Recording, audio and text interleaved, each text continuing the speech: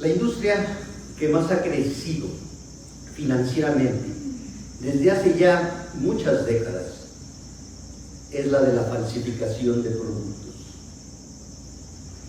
A tal grado que ya existen diversas clasificaciones en la elaboración de tales productos.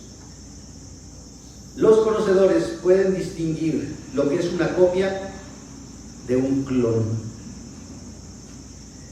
Por ejemplo, la copia de un bolso de lujo simula el original, pero no cuenta con los mismos acabados, color o materiales. Y son muy fáciles de identificar, ya que además de que su calidad no es buena, muchas veces agregan logos o nombres de la marca modificados.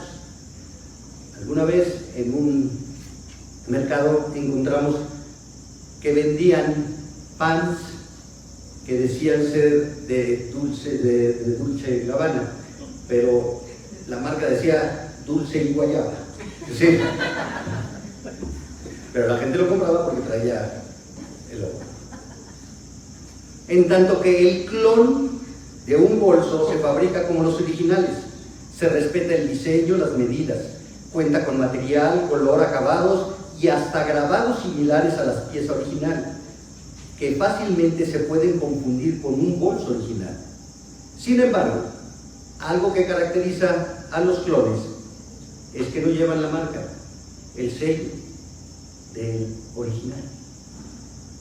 Así, las marcas falsificadas son imitaciones baratas, son productos falsificados que dañan la economía, perjudican a las empresas y engañan a los consumidores.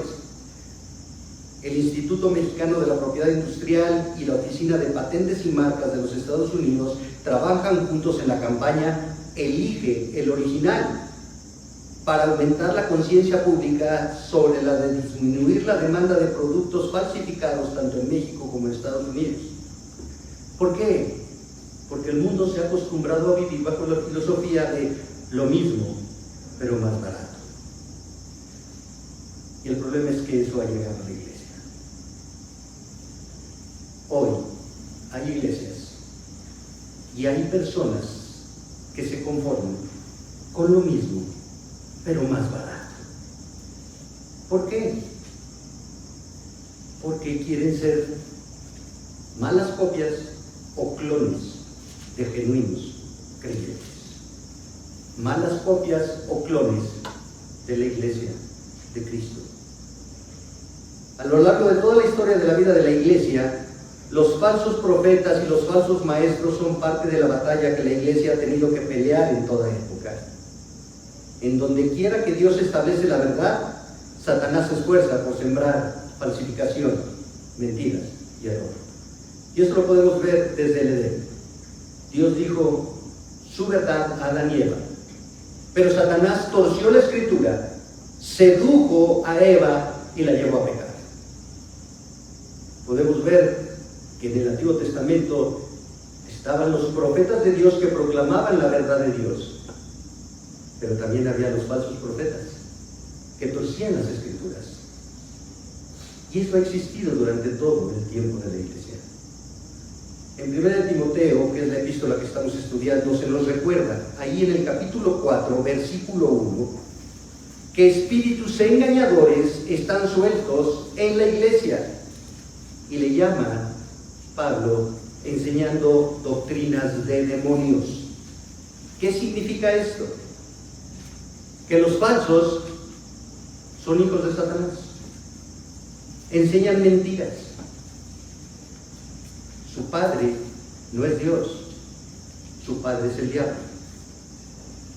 Pablo instruye a Timoteo a llevar a la iglesia a reconocer y practicar la doctrina de Cristo, una doctrina sana que se muestra a través de una vida piadosa, y de esta manera proteger a la grey del Señor de los falsos maestros y de las falsas doctrinas. Vamos a orar. Dios bendito, te alabamos, te bendecimos y te damos gracias, Señor, por el privilegio que nos das de poder escuchar tu palabra. Señor, te rogamos que tu Santo Espíritu ilumine nuestro entendimiento, mueva nuestra voluntad y nuestros corazones sean confrontados, sean edificados y transformados para poder conocer, amar, vivir y proclamar la sana doctrina que tú nos dejaste en tu palabra. Es en Cristo Jesús que te lo pedimos, Señor. Amén. Amén. Vamos a ver aquí en 1 Timoteo capítulo 1 versículos 3 al 11 5 características de la doctrina de Cristo, de la sana doctrina que debemos practicar para no ser un falso creyente. 5 características. Como es muy extenso, el texto no lo voy a leer completo de inicio, sino lo vamos a ir desarrollando versículo a versículo. En estos versículos Pablo va a exponer el escenario para lo que va a estar desarrollando en el resto de la epístola. Y la primera característica de la sana doctrina de Cristo es que la doctrina de Cristo es única, no hay otra, hay una sola, un solo original, es única. Dice el versículo 3: como te rogué que te quedases en Éfeso cuando fui a Macedonia. Pablo aquí está expresando una palabra de exhortación, rogar. Muy amable, muy amoroso Pablo con su hijo en la fe. Te rogué, te solicité. Pero este verbo en el original griego está en un modo que establece un imperativo. No le está dando una sugerencia: Timoteo, a ver si te quieres quedar. Le está ordenando: Timoteo, es necesario que te quedes en Éfeso. Éfeso era una ciudad clave, ubicada en Asia Menor, donde se ubicaba el templo de Diana o Artemis. Los que adoraban a Diana eran una secta pagana de la fertilidad, se le conocía, en la cual la adoración a esta diosa era expresada a través de orgías, de una depravación total. Y en medio de ese lugar está la iglesia, donde Pablo instruye a Timoteo: quédate, Timoteo, para que no enseñen otra doctrina. Dice, para que mandases, literalmente para que ordenes. La palabra mandar en su original es un término militar. Está enfatizando el hecho de que Timoteo tenía la autoridad apostólica delegada por Pablo, así se presentó Pablo en el versículo 1, para ordenar en la iglesia que callaran las bocas los falsos maestros y dejaran de enseñar mentiras. Y dice, para que mandases a algunos. Esto implica que en la iglesia no eran todos los falsos, sino que había algunos falsos. Eran unos cuantos, pero estos unos cuantos estaban teniendo una gran influencia, no solo en la iglesia de Éfeso, sino en los alrededores de la iglesia de Éfeso, en otras congregaciones. ¿Quiénes son estos algunos? Bueno, por el contexto de la carta podemos ver allí en el versículo 7 que establece queriendo ser doctores de la ley. Esto implica que eran los que enseñaban la palabra de Dios. ¿Y quiénes son los que enseñan la palabra de Dios en la iglesia? Los pastores, los líderes. Por eso es que se establece que hay algunos líderes, pastores, que están enseñando una falsa doctrina y están afectando a la iglesia. Para Pablo esto no era nuevo. Acompáñame a Hechos capítulo 20, versículos 29 y 30. El contexto es que Pablo se está despidiendo de los ancianos, de los líderes, de los pastores en la iglesia de Éfeso. Y veamos lo que dice el versículo 29 del capítulo 20. Desde el 28. Por tanto, mirad por vosotros y por todo el rebaño en que el Espíritu Santo os ha puesto por obispos para apacentar la iglesia del Señor, la cual Él ganó por su propia sangre. Y ya empieza una implicación. Ustedes son los pastores, son los obispos, los que cuidan, los que alimentan, los que protegen. ¿A quién? Al rebaño del Señor que Él compró con su sangre. No, las ovejas no son de ustedes, son del Señor. Versículo 29. Porque yo sé que después de mi partida entrarán en medio de vosotros lobos rapaces que no perdonarán al rebaño. Los falsos, los engañadores, los mentirosos. Versículo 30. y de vosotros mismos, o sea, de ustedes líderes, de ustedes pastores, se levantarán hombres que hablen cosas perversas para arrastrar tras sí a los discípulos, es decir, a las ovejas. Lo que Pablo había advertido a los ancianos de Éfeso cuando se despidió, ya era una realidad en la iglesia de Éfeso. Ya había mentirosos, engañadores, falsos líderes que estaban arrastrando a las ovejas hacia la mentira y desviándolos de la verdad. Por eso es que dice algunos.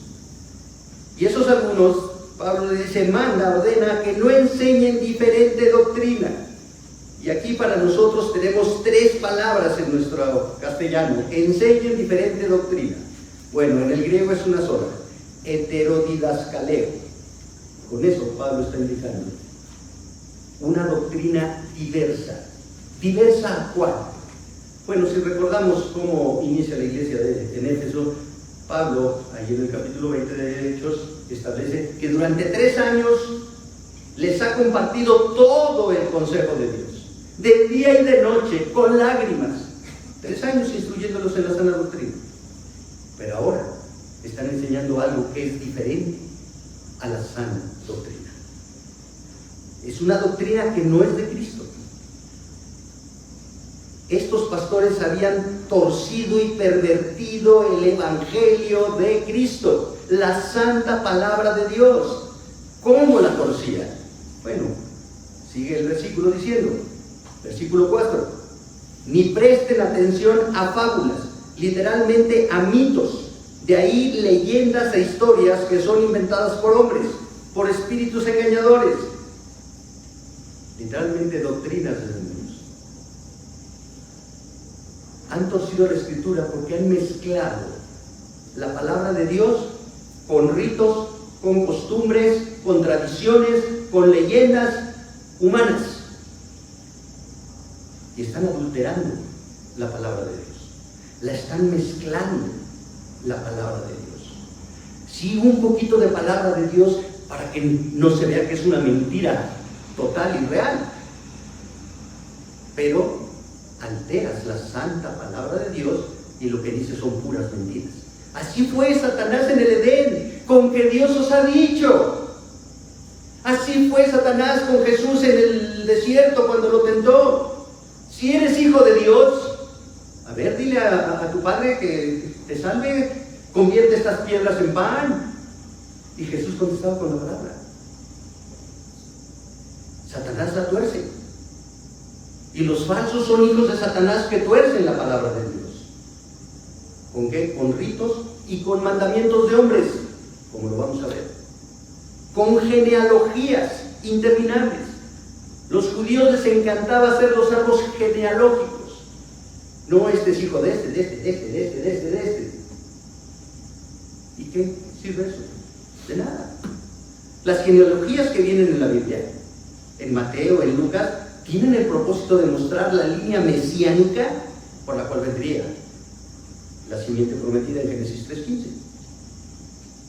La simiente de la mujer que vencería a Satanás. Ese es el propósito de las genealogías.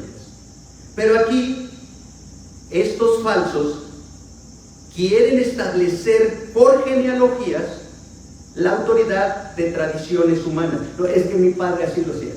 No es que mi abuelo, no es que mi tatarabuelo, no es que los fundadores de la iglesia hacían eso. Oye, ¿qué dice la palabra de Dios? No sé, pero entonces se van más por tradiciones de los hombres que por la verdad de la Escritura.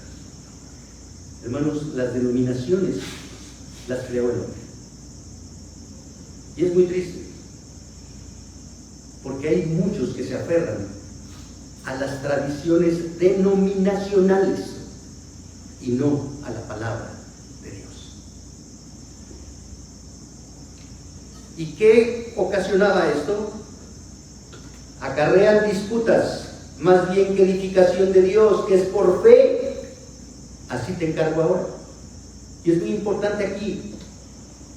Lo que enseñan los falsos, los mentirosos, está separado de la fe.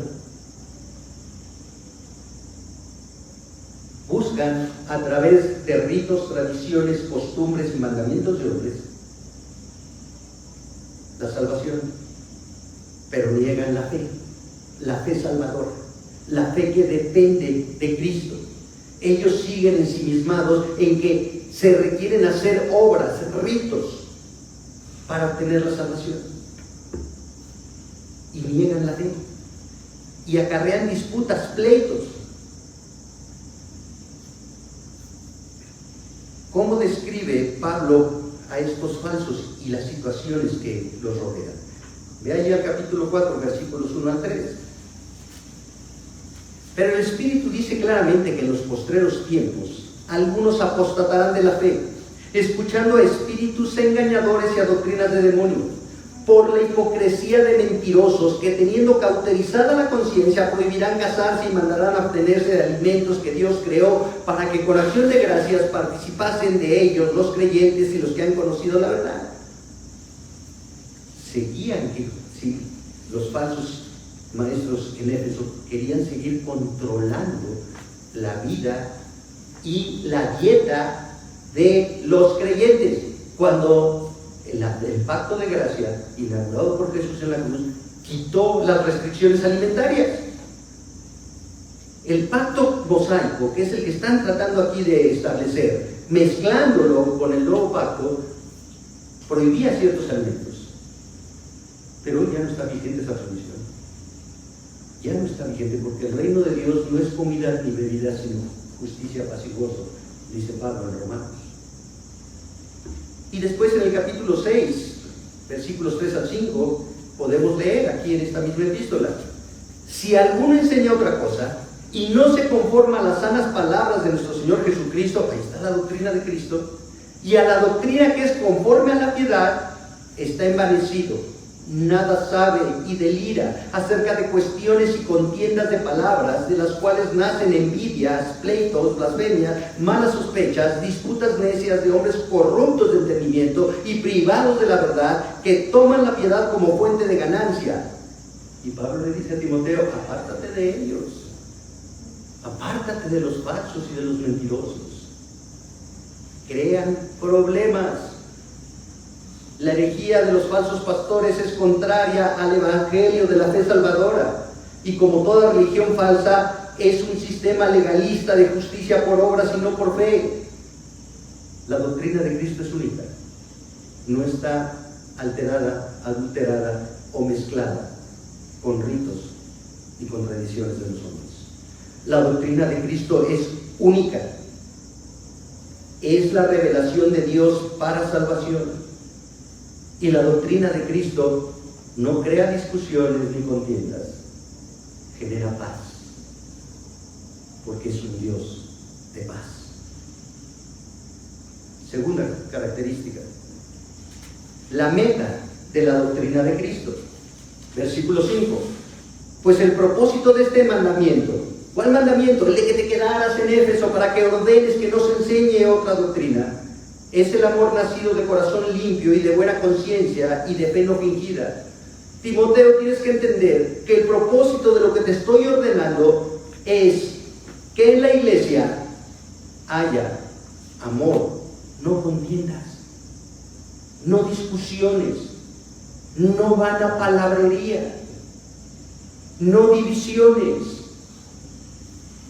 Pablo le escribió a los corintios y les dijo: es que en ustedes no hay unidad, porque ustedes dicen: yo soy de Cefas, yo soy de Apolos, yo soy de Pablo. No se trata de tener equipos dentro de la iglesia y divisiones, porque al fin y al cabo Apolos, Cefas y Pablo son colaboradores de Dios,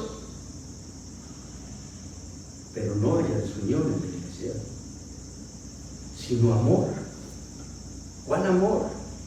El amor que Dios derrama en el corazón de los que creen, confían en Cristo como Salvador y se someten a Cristo como el Señor de sus vidas, como la autoridad de sus vidas. Este amor es un amor incondicional, es un amor servicial, es el amor de Dios, es el amor que caracteriza al creyente, al genuino creyente. Es el amor ágape. La característica de la iglesia de Cristo, de la doctrina de Cristo, es el amor. Este amor que tiene la convicción de afirmar: yo doy mi vida a servir a Dios y lo sirvo sirviendo a la iglesia, no sirviéndome de la iglesia. El fundamento del amor de Dios derramado en el creyente se hace evidente a través de 3 elementos que Pablo aquí identifica. ¿Qué produce el amor genuino de Dios en un corazón? Limpieza. Y lo primero que dice la palabra es un corazón limpio. ¿Qué es un corazón limpio? Es un corazón regenerado.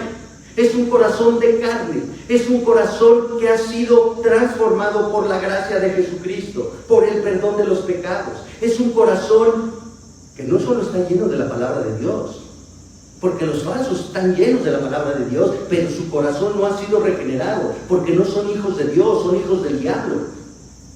Entonces un corazón puro es más que llenar el corazón de información bíblica.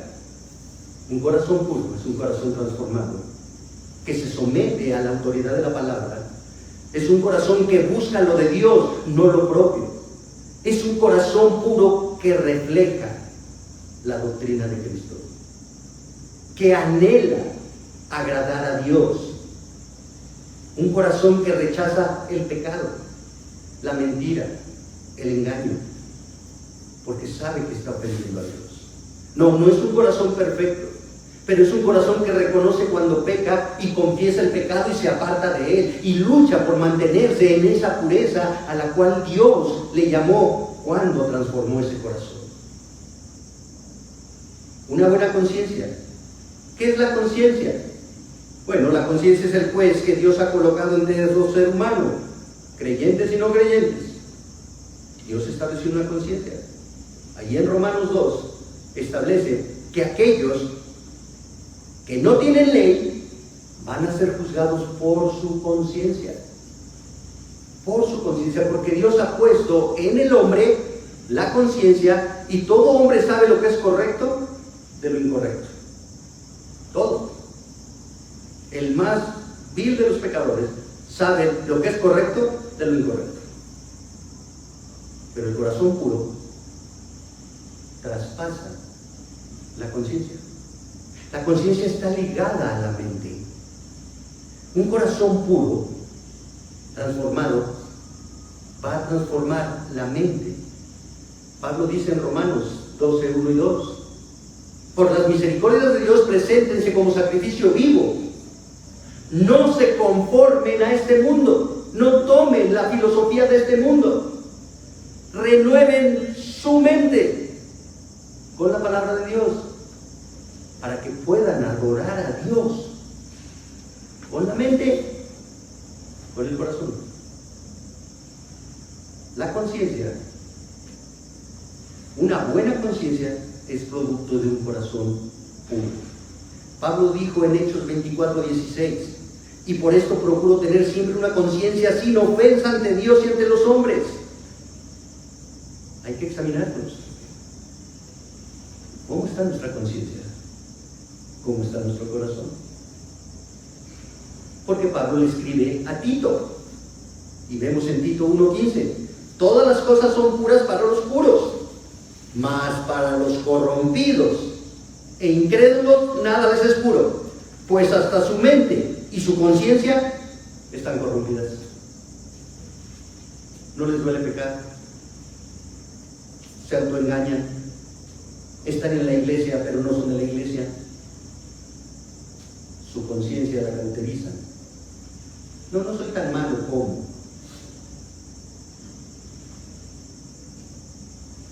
El corazón puro produce una buena conciencia. ¿Por qué no tienen buena conciencia? Porque, como dice Pablo en Tito, son incrédulos. No tienen un corazón regenerado, aunque tengan información bíblica. Los falsos maestros, los falsos pastores, los falsos líderes y los falsos creyentes tienen la conciencia cauterizada. Y la tercera, una fe no fingida. ¿Qué significa esto? Una fe genuina en Jesucristo, una fe auténtica, en reconocer a Cristo como el Mesías, como el Salvador y como el Señor de tu vida. Y enfatizo, el Señor de tu vida. Todos somos felices con decir que Cristo es nuestro Salvador. Pero qué trabajo nos cuesta reconocer la autoridad de Cristo en nuestra vida y someternos a esa autoridad. Una fe no fingida es la que reconoce a Cristo como Señor y Salvador y se somete a Él. Esta es la meta del mandamiento. Esta es la meta de la doctrina sana de Dios. Es la meta de transformar vidas. Pero no es la meta de los falsos, de los mentirosos, de los engañadores. Un falso maestro tiene un corazón sucio porque nunca ha sido limpiado por el evangelio verdadero. No tiene fe en Cristo. Un falso maestro tiene una conciencia culpable porque un corazón impuro da lugar a una conciencia culpable. Y un falso maestro tiene una fe hipócrita. Él es un farsante. Él usa una máscara, la máscara de la hipocresía. Tiene una fe hipócrita. La palabra hipocresía significa máscara. Y era utilizada en los grandes escenarios, en los teatros, para escenificar algo. Y se ponían la máscara para no mostrar la realidad. Y eso es lo que significa la palabra hipócrita. El que usa una máscara para escenificar algo. Pero los falsos líderes, los falsos maestros, en Éfeso y hoy en la actualidad, usan esa máscara porque les gusta el teatro, el escenario. Les gusta llamar la atención. No les gusta mostrar su realidad. Su realidad es que no son salvos. Son hipócritas, mentirosos. El problema es que también hay cristianos hipócritas, creyentes hipócritas, que usan una máscara. Los anticristos estaban con nosotros, salieron de nosotros, pero no eran de nosotros. Pero les gusta el escenario, les gusta llamar la atención, ser reconocidos. No, son los falsos maestros. Buscan escenificar algo que no es genuino ni verdadero. Y el objetivo de los falsos maestros no es crear un ambiente de amor. La meta de los falsos maestros es satisfacer su ego y es obtener beneficios materiales de sus congregantes. Esa es su meta. Acompáñame a la segunda epístola de Pedro, capítulo 2, versículos 1 al 3. Segunda de Pedro 2, 1 al 3.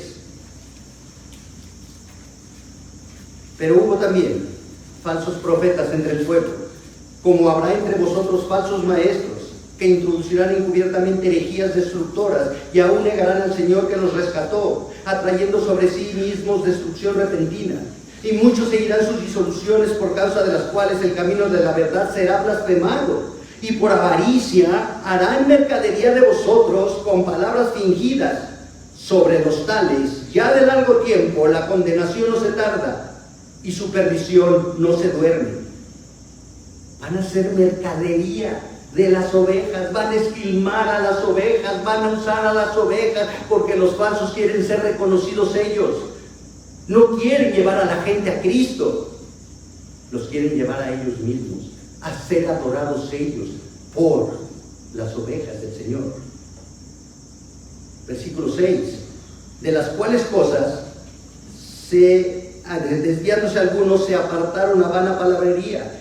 Se han desviado significa perder el blanco y no darle al objetivo. Eso implica pecar. ¿Sí? Una de las palabras que se usa para pecar es amartía, que significa errar en el blanco. Y apartarse significa salirse del camino, que es otra de las palabras para identificar al pecado de los pecadores. Se han desviado, no buscan el amor, no buscan el corazón puro, no buscan la limpia conciencia, no buscan la fe auténtica, se han desviado. Por lo tanto, su corazón no es regenerado, no tienen el amor de Dios, su corazón no es puro, su conciencia no es pura y su fe es hipócrita. Y llegamos a la tercera característica. Tercera, la doctrina de Cristo produce humildad. Versículo 7. Queriendo ser doctores de la ley, sin entender ni lo que hablan ni lo que afirman. Pablo le está diciendo a Timoteo, esos falsos quieren ser doctores de la ley, tienen un deseo apasionado de que se les reconozca como unas eminencias en la ley, conocedores de la ley. Pero lo que hablan no lo entienden. No entienden lo que hablan, ni lo que afirman. Porque su conciencia está cauterizada, porque su entendimiento está distorsionado, porque no buscan lo de Dios. Y para que ellos puedan ser adorados, tienen que torcer la Escritura y acomodar la Escritura a lo que ellos quieren, piensan y afirman. Los falsos maestros no están preocupados por un verdadero aprendizaje de la palabra de Dios. ¿Por qué? Porque no conocen a Dios. Tienen un deseo consumidor por ser maestros de la ley, pero no saben ni entienden de qué están hablando. Lo hablan con la autoridad de un necio, no con la autoridad de la palabra de Dios, porque tuercen la Escritura. Jesús se lo dijo a los fariseos y escribas en el Sermón del Monte, Mateo 6:1. Guardaos de hacer vuestra justicia delante de los hombres. Este guardaos es un mandato, implica estén alertas, tengan mucho cuidado de hacer vuestra justicia delante de los hombres para ser vistos de ellos. De otra manera no tendréis recompensa de vuestro Padre que está en los cielos. Y los falsos no tienen cuidado de este mandato de Cristo. Los falsos imponen su justicia, no la de Dios. Guardaos de hacer vuestra justicia. Pero como no conocen a Dios, ellos son su propia justicia. Ellos implantan su justicia personal. ¿Para qué? Para ser vistos de los hombres, aplaudidos de los hombres. La consecuencia, no tendrán recompensa de parte de Dios. No entrarán en el reino de los cielos. Hermanos, a lo mejor estamos pensando, ay, qué bueno que yo no soy pastor, gracias a Dios. Sí, no. También hay falsos cristianos que quieren ser vistos de los hombres. Mentirosos, que tienen apariencia de piedad, pero son lobos con piel de ovejas. ¿Tu fe es genuina? ¿Tu corazón puro? ¿Tu conciencia buena? La sana doctrina de Cristo produce humildad en sus siervos. Pablo lo estableció en Romanos 6:22. Ahora que habéis sido justificados del pecado y hechos siervos de Dios, la salvación trae como consecuencia ser un esclavo, un siervo de Dios. Y esto implica humildad. Aceptar que soy un siervo de Dios, no un doctor de la ley, un siervo de Dios. Los falsos maestros de Éfeso no eran humildes, buscaban la gloria personal, no la de Dios.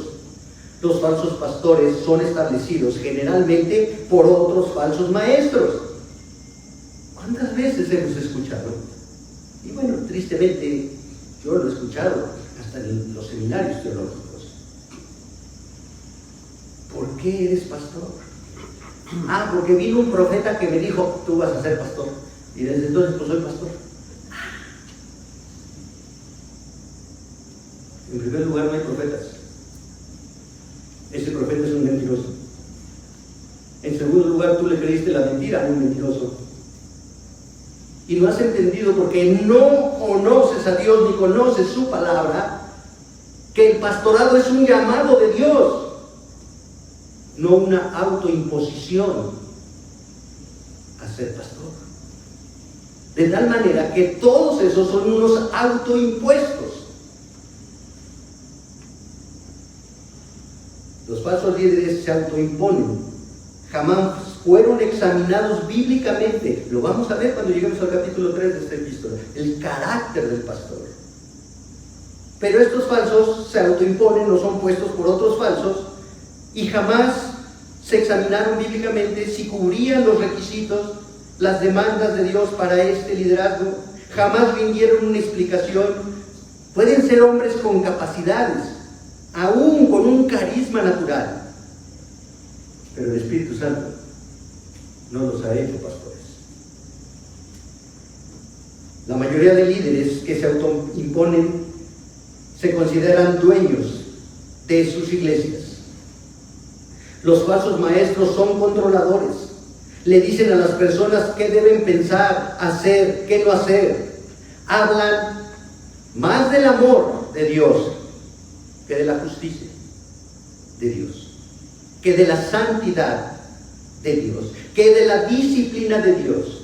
No confrontan el pecado, no llevan a las personas a un genuino arrepentimiento, no se someten a la autoridad de las Escrituras porque no las conocen ni las entienden. No sirven a Dios ni a su iglesia, no apacientan a las ovejas de Cristo, sino se apacientan de ellas, las esquilman y abusan de su puesto, de su autoridad. En tanto que la sana doctrina de Cristo lleva a sus ovejas a ser controladas por el Santo Espíritu de Dios. Y es el Espíritu Santo el que convence el corazón de la oveja de pecado, de justicia y de juicio. La sana doctrina nos lleva a depender de Dios, no de los hombres, de Dios. Un pastor bíblicamente llamado y capacitado por Dios siempre llevará a la iglesia a los pies de Cristo, jamás a su persona. Cuarta característica: la doctrina de Cristo justifica al pecador. Versículo 8. Pero sabemos que la ley es buena si uno la usa legítimamente. Tal pareciera que el hecho de que los falsos maestros quieren ser doctores de la ley están anulando la bondad y la santidad de la ley. No, los que están mal son ellos. La ley es buena, dice Pablo. La ley es justa, la ley es correcta. Si la usas, si la entiendes y la aplicas correctamente. El problema en Éfeso es que estos pastores mentirosos, engañadores, están usando la ley mal. La usan para establecer cargas que ni ellos mismos son capaces de llevar.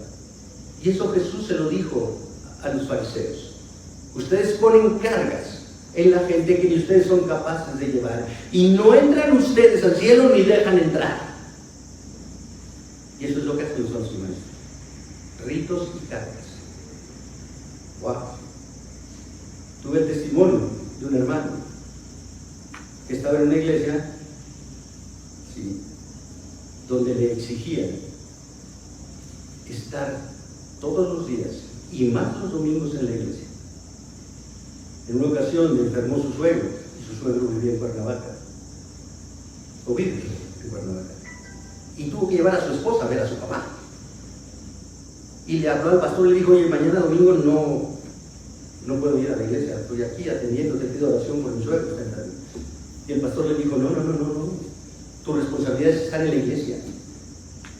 ¿No es entendido la escritura? El que no aborrece a padre, a madre, a hijo, a esposa, no es mi discípulo. Si tú no vienes a la iglesia, tú no eres discípulo. Estos son los falsos maestros controladores. Por la gracia de Dios, él había sido mi alumno, desesperado, me llamó. Le dije: quédate con tu esposa y salte de esa iglesia. Es un mentiroso, es un falso, no entiende. Tu prioridad es tu esposa y tus hijos. Tu suegro es creyente, no, pues ve y ministra el evangelio. Los falsos son controladores, mentirosos.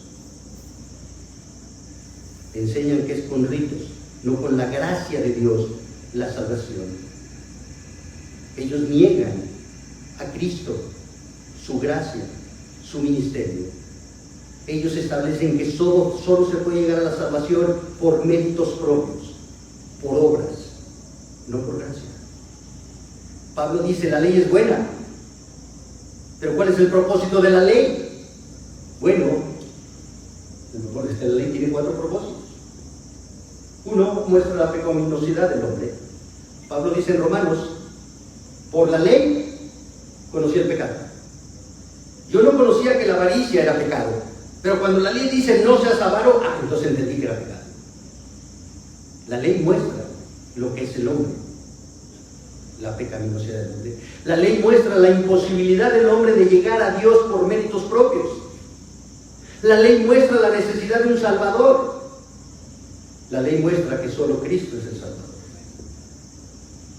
Toda la ley mosaica, que es mucho más de los 10 mandamientos, la ley mosaica, como se los he dicho, se compone de 3 tipos de leyes: ley ceremonial, fiestas, celebraciones, sacrificios, todo apunta a Cristo.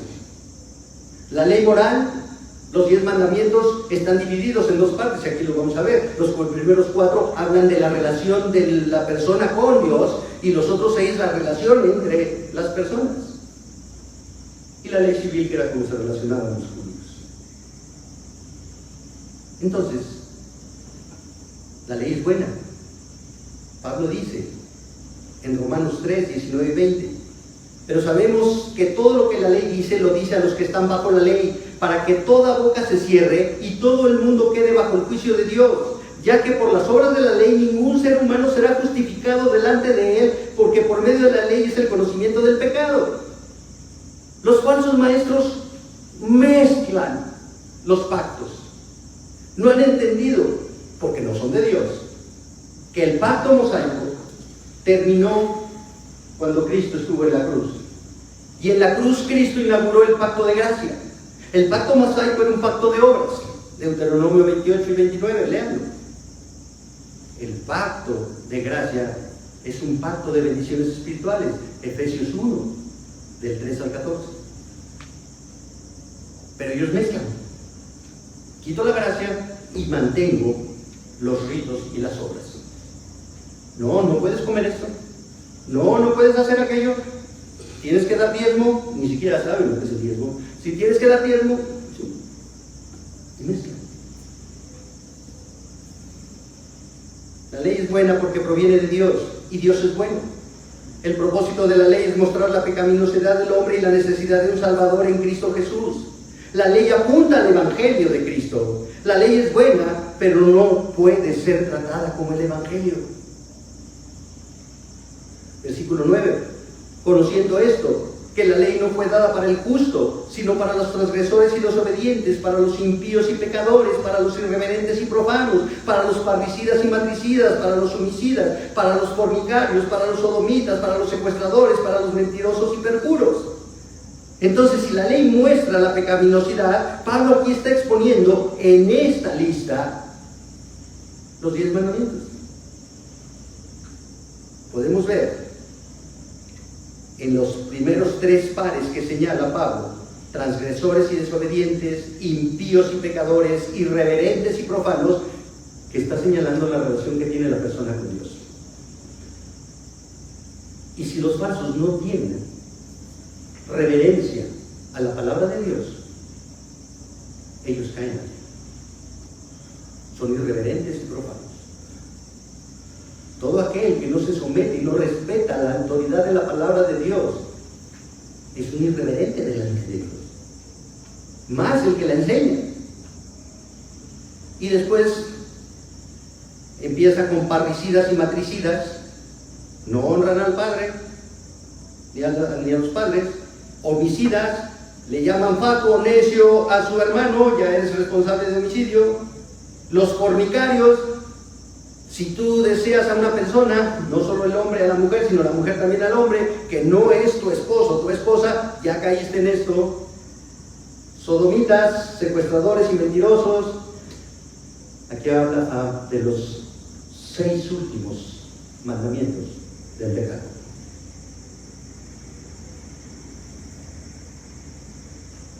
Pablo está dando esta lista porque son las cosas que caracterizan a los falsos maestros. no tienen respeto por Dios. Y los falsos creyentes tampoco tienen respeto por Dios. Un falso maestro puede tener carisma, puede hablar bien, pero vive mal. Un falso creyente puede conocer la Escritura, repetir la Escritura, pero si no vive bien, conforme a la Escritura, es un falso, un hipócrita, un mentiroso. Quinta característica: la doctrina de Cristo es gloriosa. Agrega Pablo, y para cuanto se oponga a la sana doctrina. ¿Qué implica esto? Pablo está estableciendo que todo lo que se opone a la doctrina sana de Cristo es un engaño y una mentira. ¿Por qué la doctrina de Cristo es sana? Bueno, la palabra sana significa saludable, y el mundo busca lo saludable. Hoy, las dietas, todo busca lo saludable, lo orgánico, ¿sí? Porque tenemos que estar bien de salud para mantener el cuerpo, aunque no tengamos una sana doctrina para mantener el alma. Le damos más énfasis al cuerpo que al alma, y lo que Dios salva es el alma, no el cuerpo. La sana doctrina de Cristo produce vida espiritual, crecimiento espiritual y salud espiritual, que llevan al creyente a adorar a Dios y no a los hombres. Versículo 11.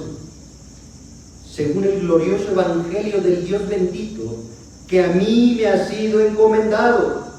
Pablo enfatiza el glorioso evangelio del Dios bendito. Es llamado el evangelio glorioso porque proviene de Dios. Porque el evangelio muestra la gloria de Dios. ¿Qué es la gloria de Dios? Las perfecciones de Dios, los atributos de Dios, el carácter de Dios. ¿Qué vemos en el evangelio? El carácter de Dios. ¿Por qué?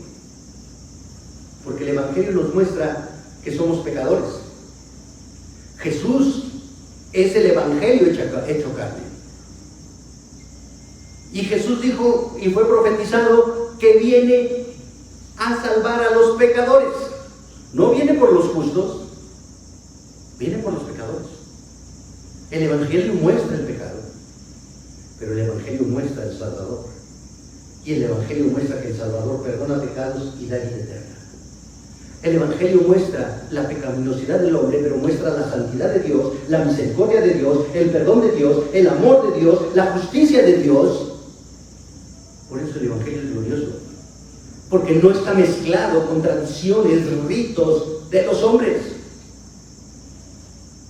Es Dios su origen, su fuente, y es Dios el que lo cumple, porque Cristo es Dios y Cristo cumplió la ley en la cruz.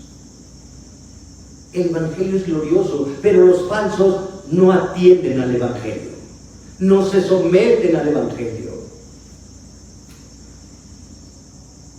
El evangelio, como dice Pablo, es poder de Dios para salvación.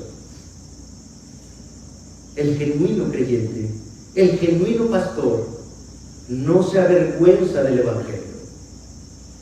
No se avergüenza del evangelio, porque sabe que es poder de Dios para salvación. Porque en el evangelio, nos dice Romanos capítulo 1, la justicia de Dios se revela por fe y para fe, como está escrito, mas el justo por la fe vivirá. ¿Dónde se reveló el evangelio? En la cruz. Cristo mostró la justicia de Dios. Él cumplió la ley. El inocente pagó por los pecados. El justo pagó por los injustos. Y Él es el que justifica.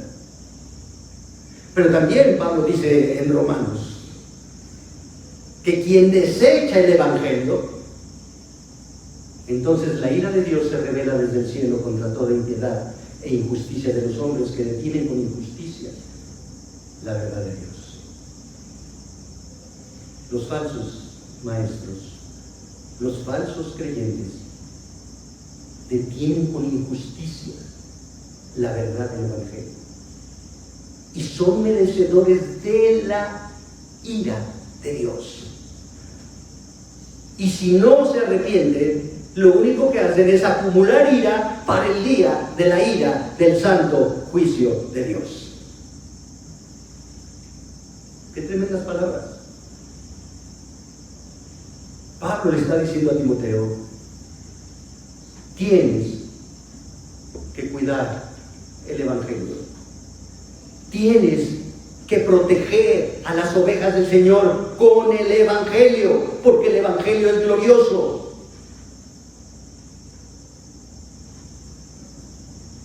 El Evangelio revela la gloria de Dios y los falsos le roban la gloria a Dios. Los falsos quieren ser vistos por los hombres, pero no quieren agradar a Dios.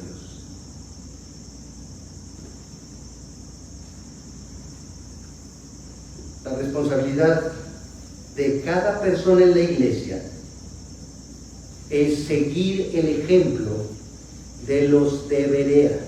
Ve por favor al libro de Hechos capítulo 17, versículos 10 y 11.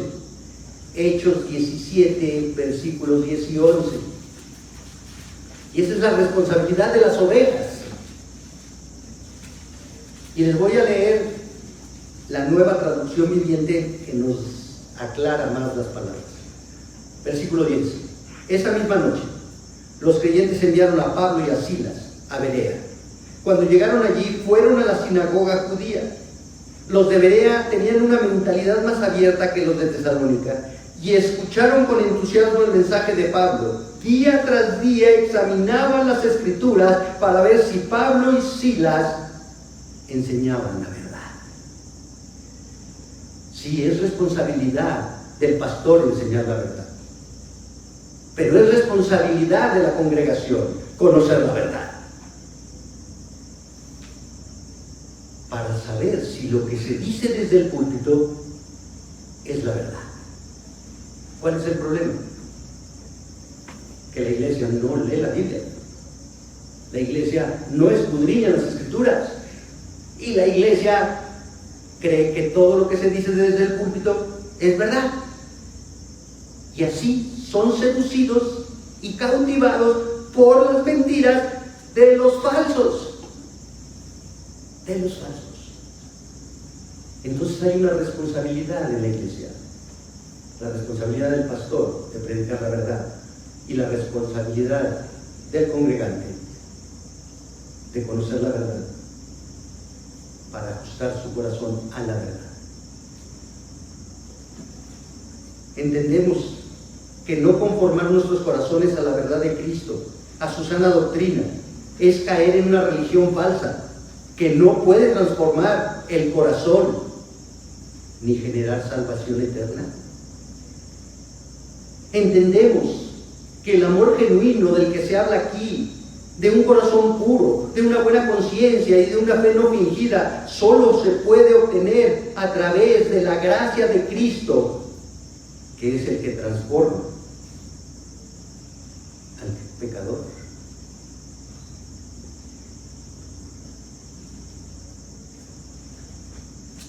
Si no nos conformamos a la sana doctrina de Cristo para obedecer a Cristo y así exaltar a Cristo, corremos el riesgo de creer que somos creyentes, pero tal vez seremos una copia o un clon. Nunca seremos genuinos porque no tenemos el sello del fabricante, no tenemos el Espíritu Santo. Y sin el Espíritu Santo nadie es de Dios. No seamos como los falsos, que quieren lo mismo pero más barato. Dios dio su vida para salvar al pecador. Dios en su gracia transforma al pecador para que el pecador se consagre y consagre su vida a servir, a honrar a Dios. Menos que eso es ser un falso creyente. Oremos, hermanos. Padre, te alabamos, te bendecimos y nos llena de temor lo que acabas de exponer en tu palabra. Qué fácil es caer en la mentira, en el engaño de creer que somos lo que tú sabes que no somos. Qué fácil es torcer la Escritura a nuestra comodidad. Qué fácil es mostrar una apariencia religiosa para ser visto de los hombres y obtener el reconocimiento de una espiritualidad que no existe en el corazón. Pero queremos ser vistos, aplaudidos, reconocidos como personas que te conocemos, que conocemos tu Escritura, porque podemos repetir versículos y nos volvemos jueces y señalamos quién está bien y quién está mal. Pero nuestra conciencia nos condena, nuestro corazón nos condena, porque nosotros sabemos que no somos genuinos, que no hemos entregado nuestro corazón a tu gobierno, a tu dirección. Padre, perdónanos. En tu gracia y en tu misericordia, tú nos das la oportunidad de apartarnos de la hipocresía, de la falsedad. Tú nos das la oportunidad de confesar nuestros pecados, de reconocer que no somos hijos tuyos. Y tú nos das la oportunidad de arrepentirnos genuinamente y de reconocer a Cristo como nuestro Señor y Salvador. Padre, perdónanos, límpianos, transfórmanos, edifícanos y danos un corazón puro, como oraba David. Crea en mí, oh Dios, un corazón puro y un espíritu recto delante de ti. Te lo pedimos en el nombre de Cristo Jesús. Amén. Amén. Gracias, hermanos. Que Dios nos bendiga con su palabra.